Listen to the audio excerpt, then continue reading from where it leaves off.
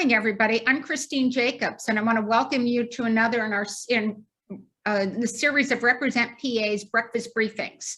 Represent PA is the PAC in Pennsylvania that is powering progressive women. We look to help to support progressive women, Democratic women who are running for the state legislature. And the way we do this is by raising money. We're a PAC. There are a lot of different people who have a piece in what's going on in Pennsylvania in improving the state and in getting women elected. Our piece is raising money for them.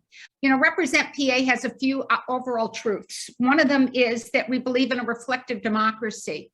And what that means that we want our elected officials to look like all of us, race, gender, sexual orientation, religion, whatever you want to measure people on, there should be something of everybody on there in the legislature in order to understand everybody's viewpoints. Don't you think the Supreme Court is going to be better when you have a Ketanji Brown Jackson offering her point based on her life experience and her education? And that's the way we feel about the PA legislature. What you're going to hear today is what we've been talking about before, that the Republican-led legislature is not bringing in enough voices, but they're also not allowing Democrats to talk about the issues that Pennsylvanians think are important. And the only way we're going to change that is by having a Democratic majority. We also believe, and I was talking about this a few minutes before we started the official call, and that's that we're a teaching organization also.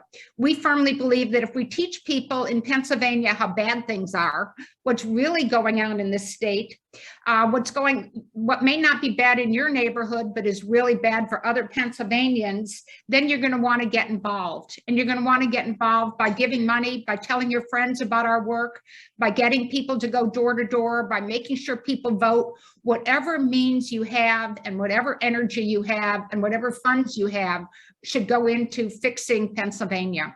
And we hope that you're with us on that. Currently, the House has 90 Dems and 113 Republicans. Clearly, the Republicans have the majority. Of those 90 Dems, 28 have been endorsed and supported by Represent PA in the past. 15 districts, and the process we're going through right now is we're looking at endorsements for who we're going to give money to in our spring pre-primary endorsements. And for those candidates who are on the call today, yes, you'll be called next week and told whether we're going to fund you and how much. 15 districts have new candidates, which means new women candidates who've applied for pre-primary endorsement. In the Senate, it's currently 22 Democrats and 28 Republicans. 8 of those Democrats are women who've been supported and endorsed by Represent. Do you know, when we started our process, there were only 3 women Democrats, and so none of them were in leadership. Now that 8 of the 22 are women who we've endorsed and supported, women have many leadership positions for a number of the committees in the Democratic caucus in the Senate. And the good news is that we've got 3 candidates who have applied for us for pre-primary endorsement who are going to be running to join those 8. Wouldn't it be cool if we had 25, or even if we could get to the majority in the Senate, but that 11 of them were women? But why are we doing this? Once again, I have to tell you, PA ranks 31st of the 50 states in percentage of women in the legislature.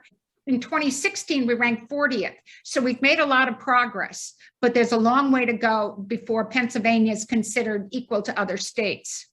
And by the way, we do need to flip 12 House seats and 6 Senate seats and hold all of the current seats to gain the majority. So, as I said, we've gone to all the people that we knew of. We went to the caucuses. We've put it on our website. We've talked to everybody we know who's active in this area. And we've said, if you have a candidate, tell them to apply to us for support. We have money. We have money, enough money to do some good quality endorsements right now in the pre-primary stage. Candidates need resources and support now. I always use Maria Collette, Senator Maria Collette from Montgomery-Bucks County as my example here. In 2018, we were one of her first checks that was over 4 figures. We gave her $8,000 right around this time in 2018. what that meant to her, it was her first really big check. What that meant to her was, although the caucus didn't think she had a chance, because at the time she was running against an incumbent long-term senator, she was able to pay for 2.5 mailings to her supporters with our $8,000, which netted her tens of thousands of dollars, which made her a real candidate, which attracted money from other places. Remember, Emily's list stands for early money is like yeast, and that's the way we view some of our early money to candidates.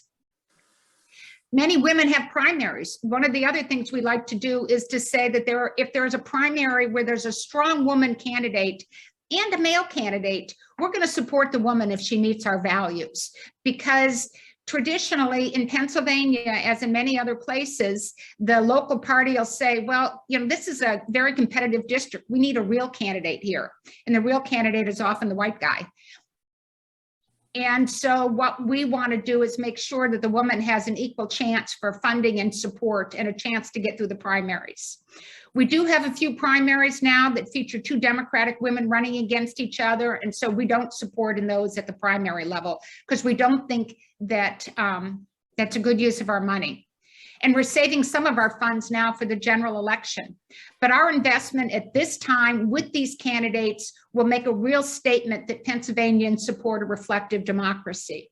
We're having, for anybody who gives us more than $1,200 a year, they're invited to be part of our investment process. Many of the people on the call today got to rate candidates, and we're going to have a call on Saturday and go through what money we're going to give.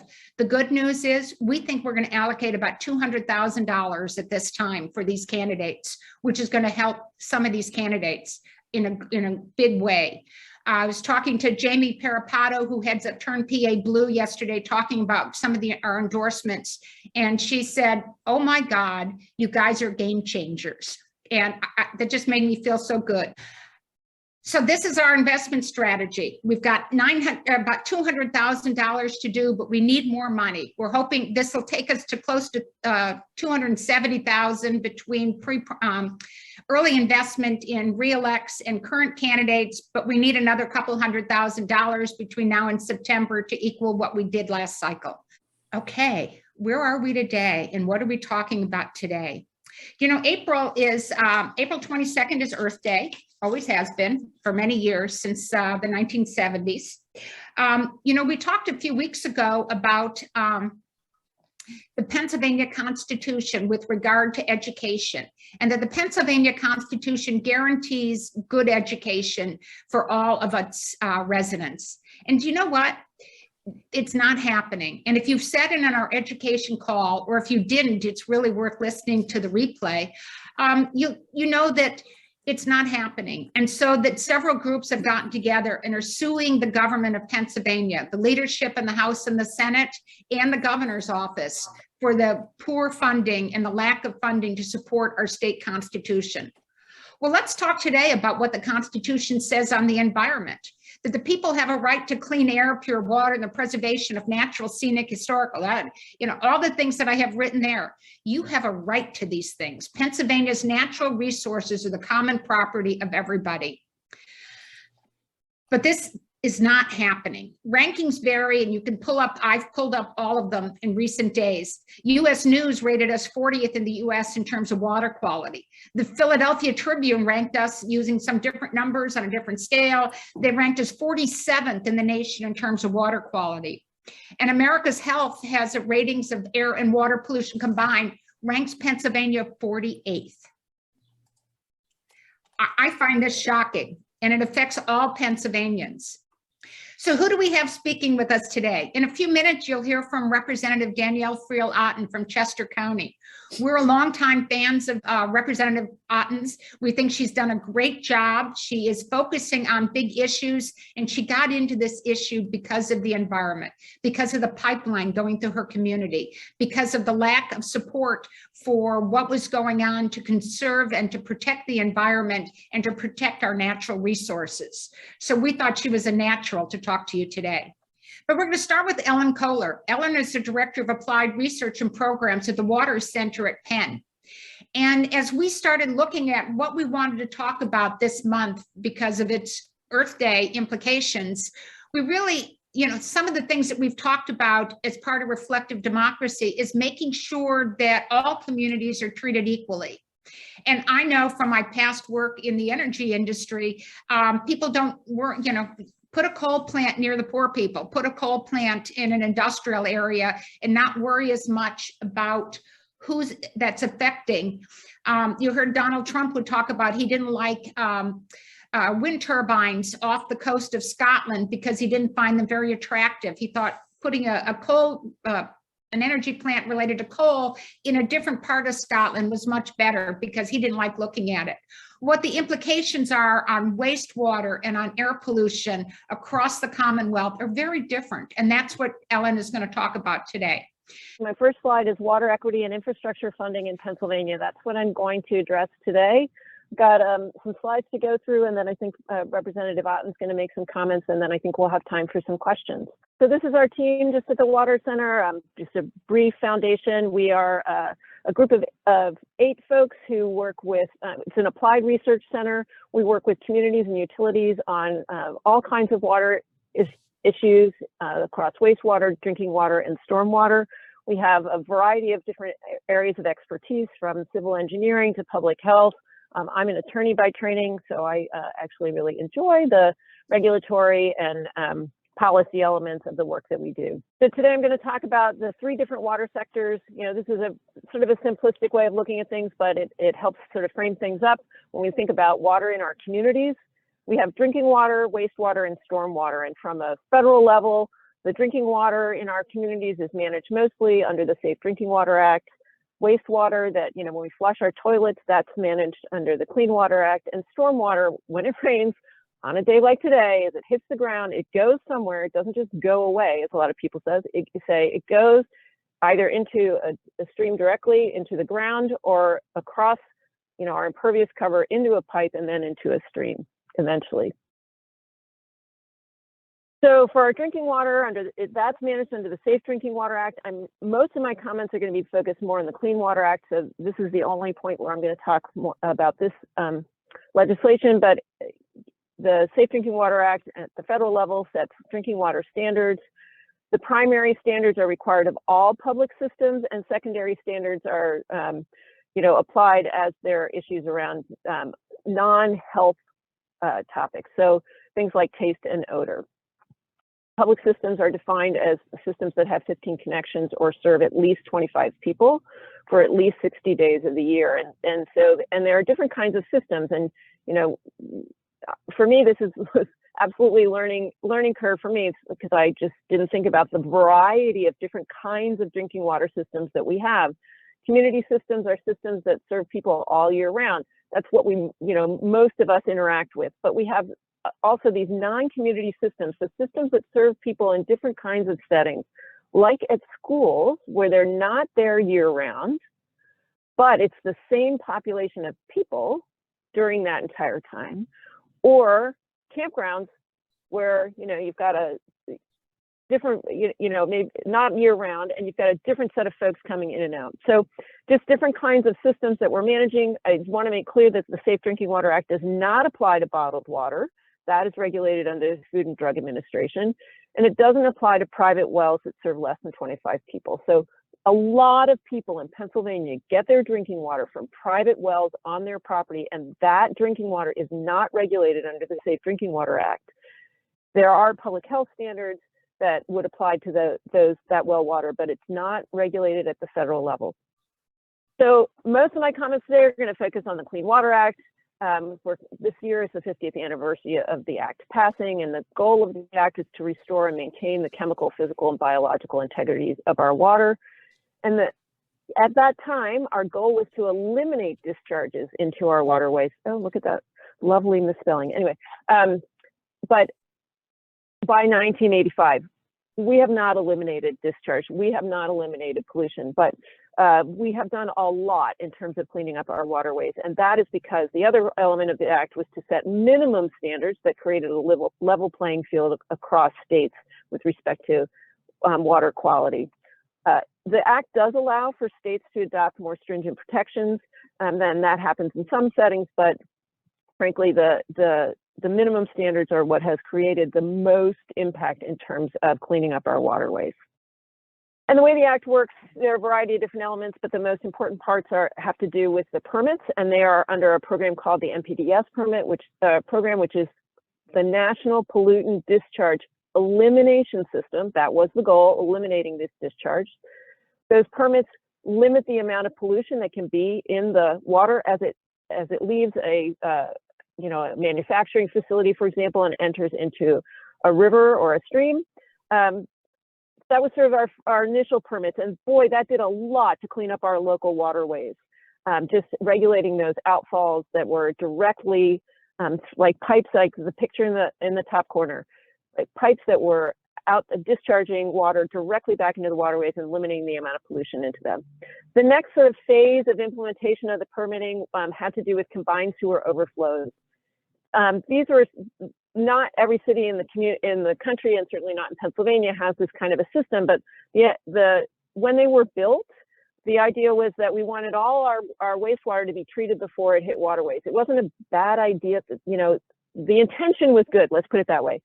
But what happens when we get a big storm event, a lot of rain may be happening today, I'm not entirely sure, is you have both the stormwater and the wastewater mixing in the same system. And if the system is at capacity, it will discharge some of that flow directly out into the river. And so when that happens, it's called an overflow. So we have combined sewer overflows. When that happens, that goes out into a waterway without any treatment at all. So it's a mixture of stormwater and raw sewage that goes directly out into the waterway. Question for you on that. So I live in Philadelphia, and I often see people taking, after they've picked up after their dogs, they take the little bag and throw it into the sewer. That water's going right into the Delaware River. That's what you're talking about here. Yeah, and not only that, the plastic in that bag clogs up the sewer so that it doesn't work. So, I mean, on a rainy day, that system will discharge to a local waterway, but not on a, excuse me, it's not designed to always discharge to the rivers. Does that make sense? It discharges when there's a lot, when it's at capacity and it can't move all the water through the system, then it has to sort of outlet some of that to the river. But, thanks, Ellen. Thanks. Yeah, that should never happen. Anyway, in Pennsylvania, we have about 200 communities with combined sewers. That's a lot. That's more than most communities in the country. Some of them are quite small, but some of them are, like Philadelphia. And then the next thing that happened under the Clean Water Act was that we, in the 90s, we adopted this other program called the MS4 permit. MS4 stands for Municipal Separate Storm Sewer System, and this regulates stormwater that flows into our rivers and streams, particularly from impervious cover, which causes, impervious cover has, means that the water is not able to infiltrate into the groundwater, and also can carry pollutants to a stream, particularly after running across a road where you've got maybe salts or oils from cars. So this permit was designed to address the pollution in runoff in urbanized areas. And so that meant that the permit sits with the entity that makes those land use decisions about where we have impervious cover. So that generally means that permit sits with the municipality. And in Pennsylvania, that's often the township or a borough or a city. And initially it was the large cities that needed permits, and then, it became smaller permits, so that now we have, most of the people live in urbanized areas that are covered by the MS4 program, but it's not a lot of the land that's covered by this program. And so this is sort of the phase that we're in right now, is implementing this program in a way that we're requiring communities to actually remove the pollutants from that stormwater before it gets to the rivers, because this is an incredibly important pollutant source for us in terms of not meeting water quality standards under the Clean Water Act. So this is sort of where we are. Those programs have done so much to clean up our water. It's been from my perspective, and I'm a little bit of a water geek, obviously, the Clean Water Act is a huge success, The one exception that we have in this act is that agriculture is not covered by the Clean Water Act, and that is a reflection of a political compromise at the time. It is not a reflection of the fact that water that runs across agricultural lands and goes into streams does not cause pollution. And farmers readily understand that that's the case. And there are programs in place to help farmers adopt practices to limit that pollution, but it's not, most farming activities are not covered by the Clean Water Act. There are some combined CAFOs, I'm forgetting what the C is for, consolidated, animal feeding operations are covered by the Clean Water Act, but not all farming is. Despite the fact that the Clean Water Act is a huge success, we do have some challenges, and a lot of those challenges are focused in our urban areas. Flooding is one of our biggest challenges, right? And the stormwater systems that were built at the time that our cities were built are often not large enough to manage, were not built for the kind of capacity that we now need for our large storm events. We also have challenges with combined sewer overflows, and having more overflows, having a system that's overburdened because of developing beyond its capacity and creating more overflows. With larger storm events, we're getting more overflows into our rivers and streams, and that means a continuing environmental burden on our urban communities.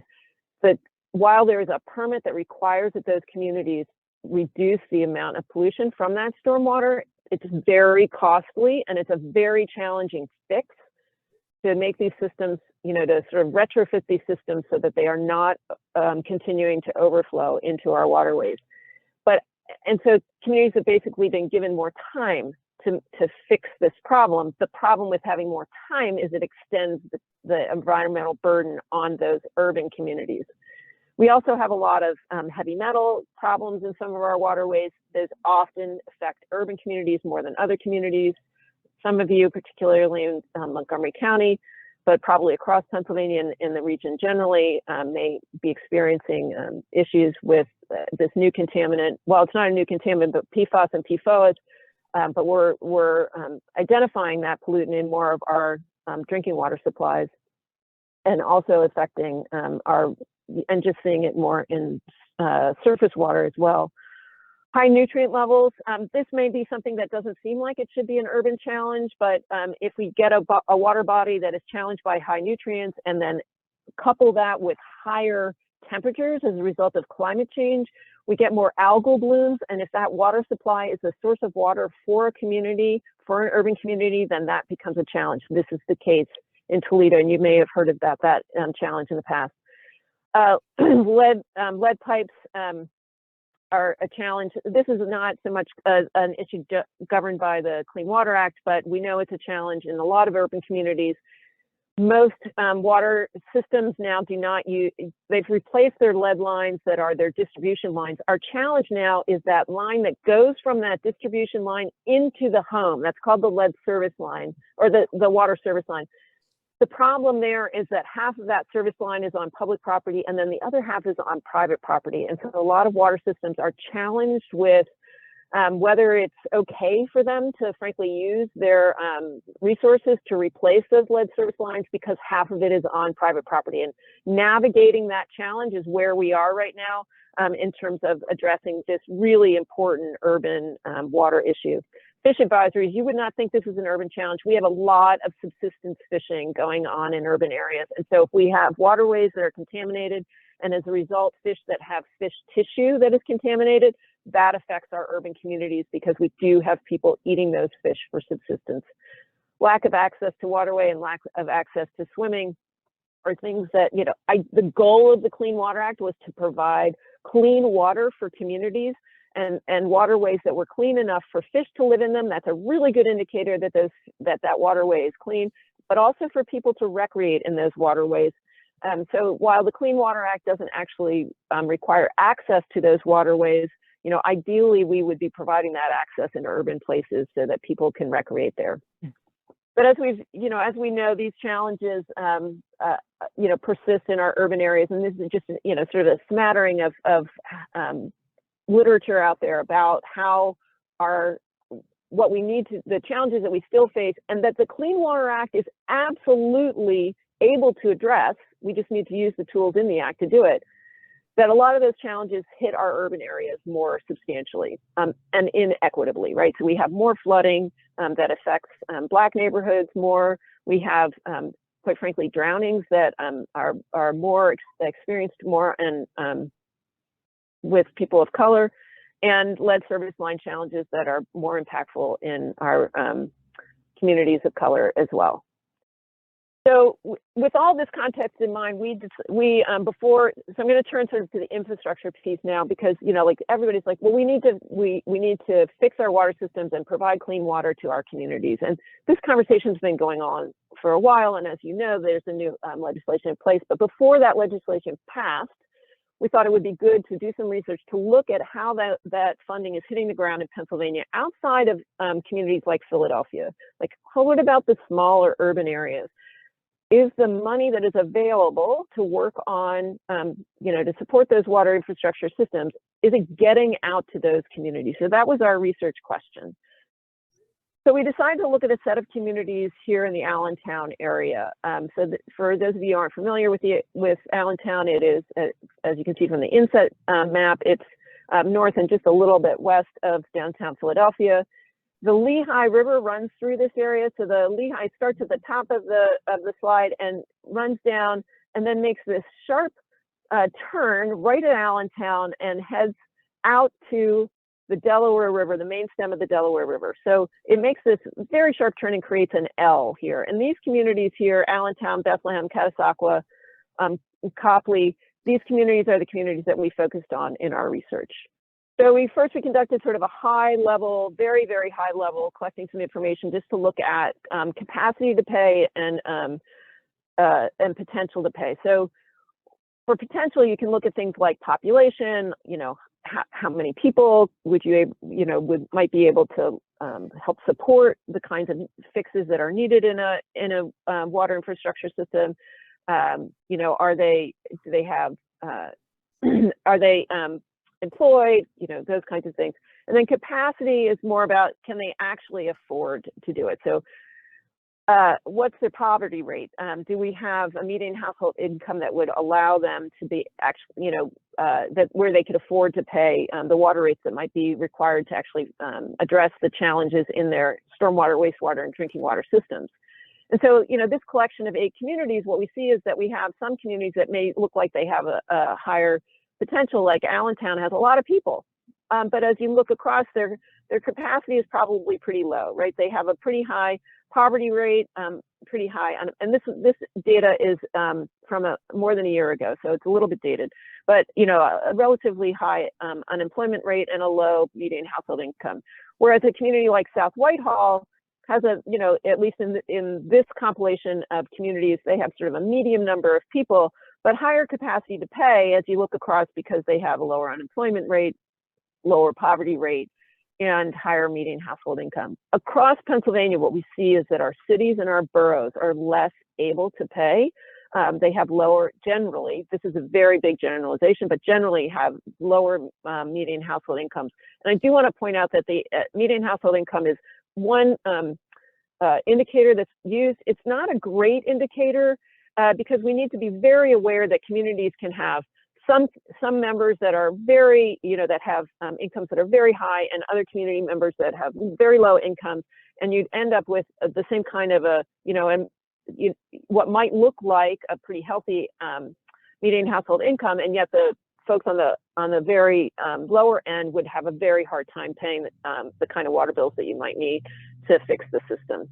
So these pictures are, these maps, I should say, are of what these systems look like in this area. So we've got the drinking water systems here outlined. We've got a couple of different systems. As you can see, they do not comport with jurisdictional boundaries at all. More so a little bit in Catasauqua, but the Northampton Borough Municipal Authority, which is the sort of teal colored green, stretches across the Lehigh River and into other townships and areas to serve those communities with water. They are providing the drinking water, right? They have the drinking water system and the treatment for that drinking water, and then they send it out. The pipes that deliver that drinking water to those communities, though, are often managed by that township itself. So Whitehall Township, members of Whitehall Township, residents of Whitehall Township might be getting their drinking water from Northampton Borough Municipal Authority, but the pipes delivering that water are the responsibility of Whitehall Township to make sure that they are maintained and are not leaking, for example. The tan areas behind the systems, the system mapping, is the area that is covered by the MS4 permit. So that municipality has to be managing the stormwater in that tan area in a way such that when it reaches the river, particularly the Lehigh in this context, that it is clean enough, it meets the pollutant standards in their permit. So these communities have multiple challenges in front of them in terms of what they're managing in terms of infrastructure. And then this is what it looks like on the wastewater side. We have a different set of entities managing wastewater than drinking water. So, and a different set of pipes collecting the wastewater from those homes and then taking it to a treatment plant. That treatment plant does outfall to the Lehigh River. So for example, again, in Whitehall, community members in Whitehall might be sending their wastewater to the Lehigh County Authority. The collection system, the pipes in Whitehall Township are again managed by the township.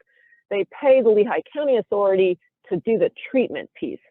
So we've got multiple sets of pipes, wastewater, drinking water, and stormwater pipes. We've got multiple entities that are actually, doing the treatment piece, and the stormwater piece is on the municipality's plate to manage, on its own. So it's a really complex system, and we have governmental structures that sometimes have us in a situation where we don't really have folks that have great experience, deep experience in managing water, that are the ones responsible for managing, for example, stormwater in their community.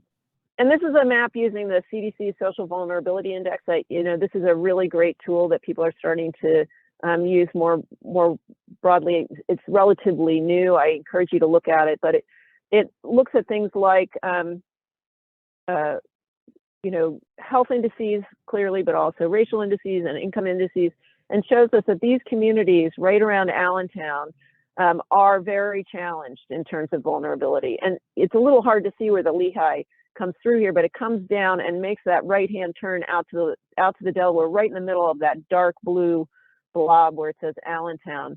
And so we know that Allentown is very challenged in terms of social vulnerability, and you can sort of see that a little bit in the economic information that I shared earlier too. But it also shows us that we have health challenges here. We have racial inequities in this community as well. And this is a map that shows you that the waterway, you can sort of, again, if you look at right in Allentown, where it says Allentown, that's where that right-hand turn happens. The red means that whole waterway is not meeting the Clean Water Act standards that it should be. And so, the top part of the Lehigh is because of acid mine drainage, but right at the bend in Allentown, it's because of stormwater runoff. The stormwater runoff is causing water quality challenges for that whole stretch of the Lehigh River. So again, you have a community that is socially vulnerable, that is experiencing an environmental burden, and doesn't have the financial capacity to address that challenge on its own. So there are several ways to to finance water infrastructure in Pennsylvania. Some of those programs run through, if you're not familiar with it, an entity called the Commonwealth Financing Authority, and there are multiple programs that communities can apply for. This financing comes in the form of grants. That is really, really important for communities that are under-resourced and don't have the kind of population base that can afford to pay a lot of money for their water bills. So you can see here that communities across, of these 8 communities, a bunch of them accessed these funding streams to do a variety of different kinds of projects. We had 11 projects over the period that we were looking at, and about $2.7 million. So a very important way for smaller communities to access some funding to get some important work done for them on their water infrastructure. And then we looked at whether these communities were able to access the funding that's available through PennVest. PennVest is Pennsylvania's state revolving fund entity. Under the Clean Water Act and the Safe Drinking Water Act, money comes from the federal government to every state in the country, and can be distributed to support communities in addressing their water infrastructure challenges. Most of that funding comes in the form of loans.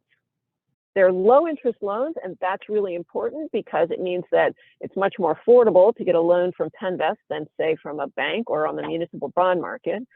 But they are loans, and so you have to be able to securitize that loan. You have to have good credit rating. You have to be credit worthy to be able to access that financing.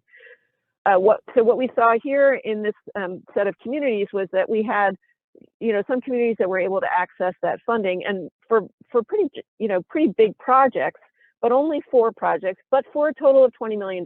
So big projects that were, that they were able to finance, and a lot of money, quite frankly. And this just shows you a little bit about how the money that Penn manages for water infrastructure gets spent.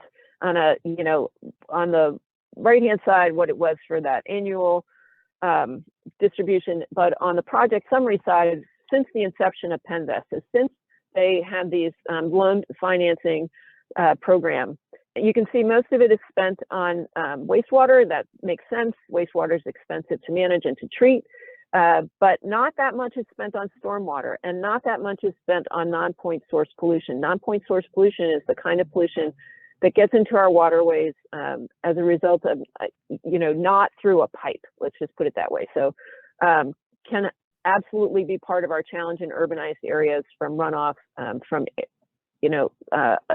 immediately adjacent to waterways. But the stormwater piece is pretty small. And we know that this is a really big challenge in terms of our water quality. Ellen, does the non-point source pollution include runoff from agriculture? Yes, so agricultural landowners can access this loan financing to address some of their challenges, and many of them have, particularly in the Chesapeake watershed. And that's appropriate, right? They're fixing a problem on their own private land and using this program to help finance it. That's not a bad thing. No, I'm not saying it's a bad thing. My concern is that there's so much, like the PFOAs that came off of a lot of the military facilities. Those didn't necessarily come through a pipe. Those just were run off into the city sewers. Yeah, well, and yes, so those kind of challenges can be addressed with the drinking water funding through Penn. And we'll get to that in just a second too. So. And so what we found in this research was that Commonwealth Financing Authority grants are really important to fill some gaps, but there's more funding is absolutely needed, particularly for our smaller communities that just do not have the capacity to be able to finance debt. Penn obviously was used for larger projects, and that's very important. We had very few green stormwater infrastructure projects funded by Penn or the Commonwealth Financing Authority, and this is really important. Green stormwater infrastructure is going to be one of our most cost-effective ways for a lot of communities to start managing their stormwater challenges. And we need to have programs both through the Commonwealth Financing Authority and Penn that make it very simple and easy for those communities to access that funding to get that work done. That will help. I want to be really clear, green stormwater infrastructure is not going to solve our climate change problems in terms of the amount of flooding that we get, but it can make the amount of flooding less, right? Like, so instead of, so it can attenuate the problem, it can help us manage that flood water so that it recedes more quickly, but it's not going to get rid of the flooding challenges that we have in a lot of our urbanized areas. So I just want to be really clear about that. It's a really important tool, but it is not the fix for climate change.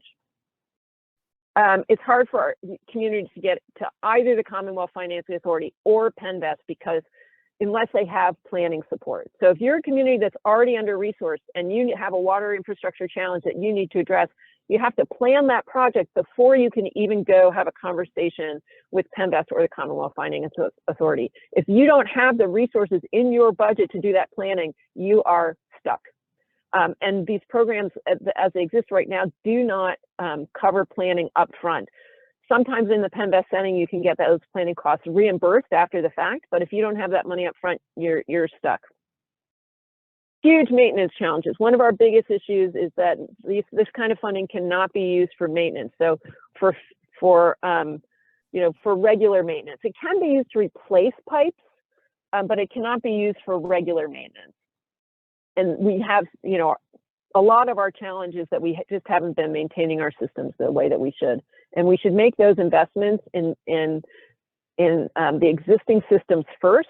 Make sure, assess whether they're at a level where they can actually function properly if they were maintained, and then do that maintenance, and then and then look at what new infrastructure is needed. And last point is we need to have more accessible funding, particularly for our smaller municipalities. You've thrown up a lot of challenges today that I think go right to our representative, Danielle Otten. So why don't we go on to what Pennsylvania is doing about this, and we'll get to some of the other project issues after you get to your office, Ellen, and while we do questions. Okay, that sounds good. Thanks very much. So I'm as usual, when I hear about these problems in Pennsylvania, I'm completely destroyed.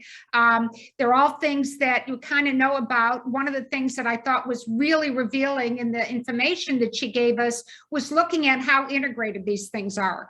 So you might have this municipality doing this one doing this, but like discussions we've had about fracking, we got one underground aquifer, all the water flows in through one area. And how do we manage that? And why isn't this being done at a statewide level? And why isn't it being done more efficiently? And Representative Danielle Otten, I'm throwing that at you.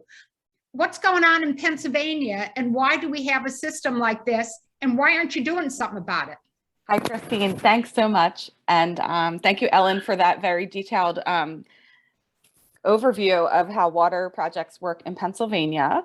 My name is Danielle Friel. I see a lot of familiar names on the Zoom today. So hi, everybody. Great to see all of you back with Represent. My role in the state legislature currently in my second term is that I have been elected by my peers as the House chair of the bipartisan bicameral climate caucus. And I also was appointed this year by the National Caucus of Environmental Legislators as the state lead for Pennsylvania. So my key area of focus is on environmental issues, and clean drinking water is one of the biggest threats that Pennsylvanians face, and I'm pretty sure most of us are unaware of it.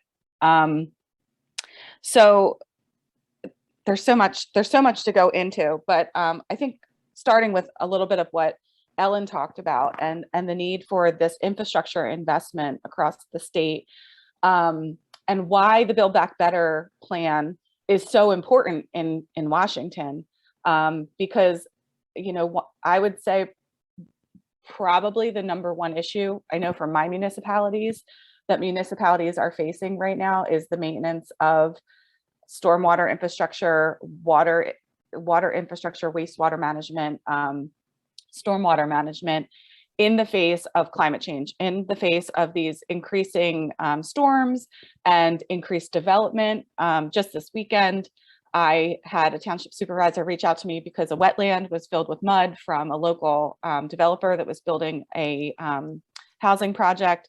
And so when the conservation district came out to look at it, their response was, it looks bad, and it does. But they actually have met all of the statutory requirements and are not breaking the law. So when we went further in that conversation, currently the standards for DEP are to use silt socks, which are basically like mesh socks that lay on the ground filled with wood chips, to keep mud from these development sites from going into the water, or going into the wetlands and going into the water. But what the conservation district said is that we actually recommend silk curtains for a project like this. It's much more effective. And so we got into the conversation, we were like, well, why didn't they require the silk fences or curtains instead of the socks? And it was because they basically meet the minimum requirements, and the requirements haven't been updated in the face of what has changed and what is happening in the year 2022. So, you know, we really have a lot of work to do in updating our regulations, updating our standards for construction, for wastewater management, stormwater management in Pennsylvania. And there's a lot of resistance to that. And the biggest reason for that is corporations and developers don't want to have to spend more money to protect our watersheds and our natural resources. And so we constantly are in a battle in Harrisburg to make the case for why upgrades, increases in regulations, changes in regulation are important. And if you ever sit and watch an Environmental Resources and Energy Committee meeting, Daryl Metcalf, who's the chair, loves to go on long rants about, you know, socialism and corporate, not corporate welfare. Well, he berated farmers who were asking for more money to help with stormwater management in a recent meeting, and said that they were accepting corporate welfare and shaming them. So like, there's a really difficult balance to be struck in Harrisburg in getting this stuff done, because we have a legislature that puts the most radical people in control of the committees that that can actually make a difference on these issues.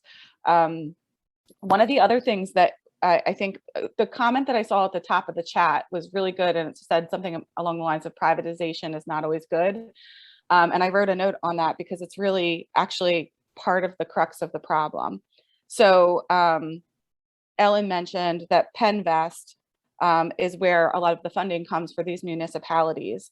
There's two issues with that. One is Penn is funded in a very large way by the oil and gas industry in Pennsylvania, by the Marcellus Shale money. And so our reliance on oil and gas, which is actually polluting our water, to fix our water and maintain our systems, creates a conflict in the interests of, you know, where the money is coming from and the problem that is also causing the problem that it's created, that it's funding. So there's always a little bit of a nuanced conversation around oil and gas, water, and then how all of these projects are funded. And a lot of times we use these projects through PennVest to justify what's happening with the oil and gas industry in Pennsylvania. The other piece of PennVest is, like Ellen said, a lot of this money is loan money. And I can say this because I live in a really unique part of Pennsylvania and represent a unique district. I have I have the wealthiest zip code in the state of Pennsylvania in my district. And I also have the poorest school district, the third poorest school district in the state of Pennsylvania in my district, and one of the poorest municipalities in Chester County in my district. So I've got it all. And one of the things that I've learned over the years is that a lot of these small municipalities are not getting the investments that they need because their tax base doesn't allow for them to spend and invest the money in the grant writers and the staffing levels to be able to actually apply for these grants and have the credit ratings needed to get these loans. So something that actually just recently came up in the broadband bill that was just passed a couple of months ago. So there's all this broadband money coming in from the federal government, and we had to create a broadband authority to figure out how we were going to invest that money into the Commonwealth.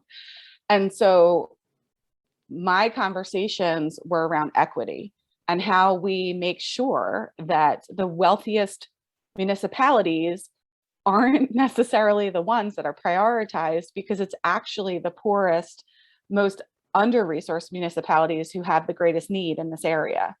And so how do we create those structures and frameworks to make sure that, you know, unfortunately, the way Pennsylvania works right now, so much of resource allocation is dependent upon high local tax bases that allow for grant writers and professional, competitive applications and financial management, which many of these under-resourced communities do not have access to. I can, like, just for example, one little silly thing, Spring City Borough is one of my boroughs. It's primarily transient folks who are in rental properties. Most of the town is owned by 3 people.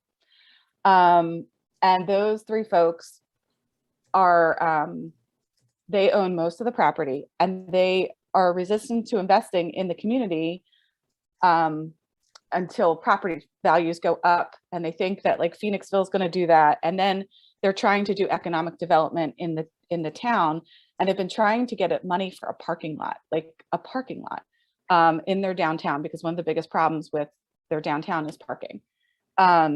It took years and a new state representative and new county commissioners to get them funded, because when I kind of dug down into it, why has their grant been declined so many times? It was basically because they weren't doing the grant properly. And so we had to get somebody to help them write the grant properly to get them the money, and they got the money, and it wasn't that much money. But they didn't have the resources to actually understand how to compete for those dollars and get those dollars back into their community. And so the way that we structure the allocation of funding, whether it's federal funding or state funding or grant funding or loan funding, is very much stacked for better resourced communities. And I have seen that so significantly in my district, because, like I said, I represent some of the wealthiest parts of the state and some of the poorest parts of the state. And the sad thing is, my district is only about, you could drive from one end to the other in 45 minutes. So it's not like we all live super far apart from each other. And so there are problems with the structures of how we allocate funding for these kinds of things. And then also with privatization, we've got another issue of conflicts of interest within ownership of these private entities. So, for example, for those of you who've been around for a while, our former speaker, Mike Turzai, left the General Assembly last term, during the end of our last term. So in January of 2020, he announced he was leaving and then left shortly thereafter. But he left to go and work for People's Gas, which was a company that was purchased and merged with Aqua Pennsylvania. So his best friend is the CEO of Aqua. They came together, and now People's Gas and Aqua Pennsylvania are a little family. And so that sets the stage for conflicts of interest when it comes to clean drinking water and, again, the oil and gas industry. And so, you know,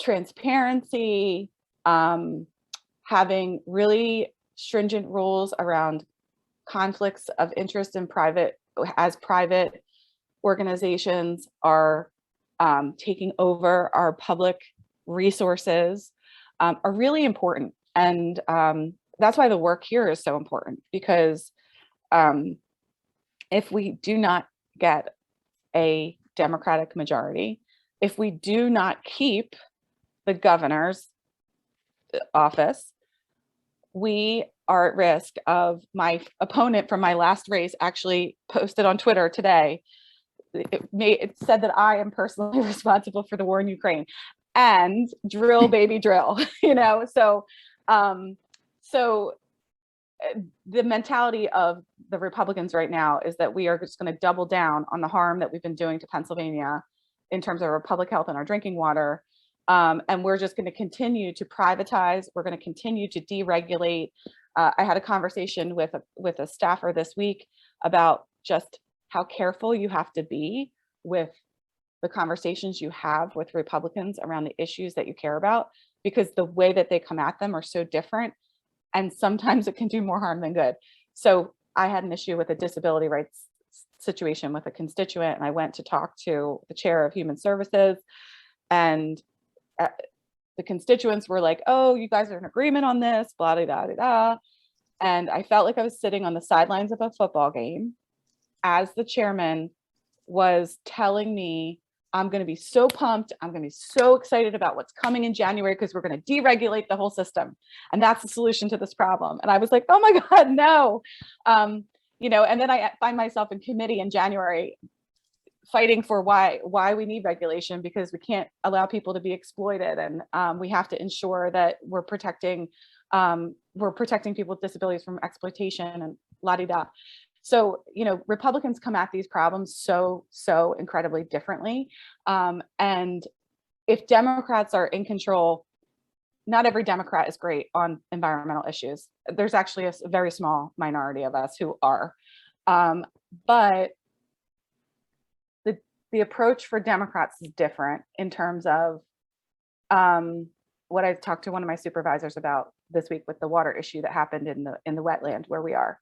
If we can demonstrate at the local level that increasing regulation and having more stringent requirements for developers to protect our watersheds, and we can show data that indicates that when we do this, our water quality is better, these are things Democrats will move forward. These are not things that you know, even the oil and gas Democrats will stand in the way of, because these are common sense things that protect people, protect public health, create jobs, and there's no argument around that kind of thing.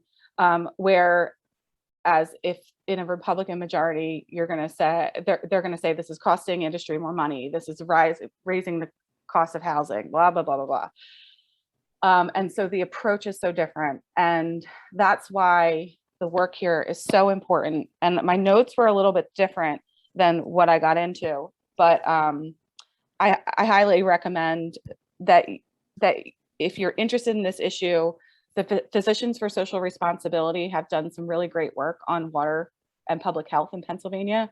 There's a really great study that they put out on forever chemicals in fracking, and how this PFAS issue that we've only really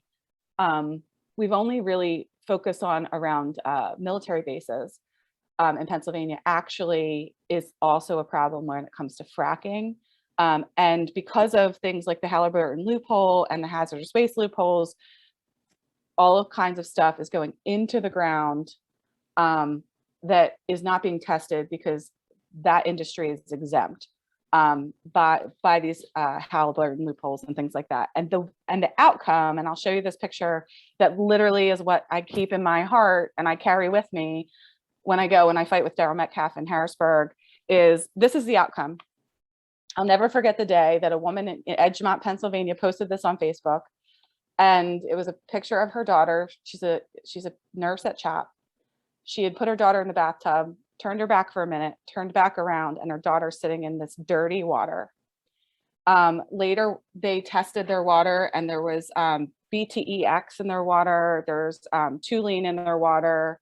These are all carcinogenic hydrocarbons, and they were a result of a leaking pipeline underground that had gotten into their aquifer. And they have no access to public water where they live. They have drilled multiple wells, spent thousands and thousands of dollars to try to get clean drinking water at their property. And this was in 2018. This family is still showering, cooking, and at family members' homes and bringing in bottled water to drink because they cannot consume or bathe in their water. So thank you. Thank you. This is happening in 2022 in the great Commonwealth of Pennsylvania. This is what's going on. My water, when I turn mine on, it's clean, but this is what's happening within our Commonwealth. You know, so much of what, just one final question to Ellen and Danielle, because we are running late, but just one final question. You know, we've talked a lot about different acts and what they do, and this group does this and this group does that. Do we think we'd be in a position, if we're able to have a Democratic majority with leadership from people on this issue, like Representative Otten, do we really think we could put together a comprehensive plan that's not looking at this little bit, but it can really look at the water in Pennsylvania? Can you lead something like that, Ellen? Danielle, can we get something like that passed if you were in leadership? I think I believe that with a Democratic majority and a Democratic governor, yes, we could, especially because with Josh Shapiro running for governor as the only Democratic candidate, we know based on his work, he has already dropped 2 grand juries that have focused on water justice, drinking water, and impacts of drinking water in industry. And so that's his work. We can hold him accountable to his own work, right? And so we have this really great opportunity, like at our fingertips right now, to have a governor who understands the issue, and then also have a legislature potentially, because now with new maps, we are like literally, it's going to be 101, 101, 102, or 102, 101 is what people are saying.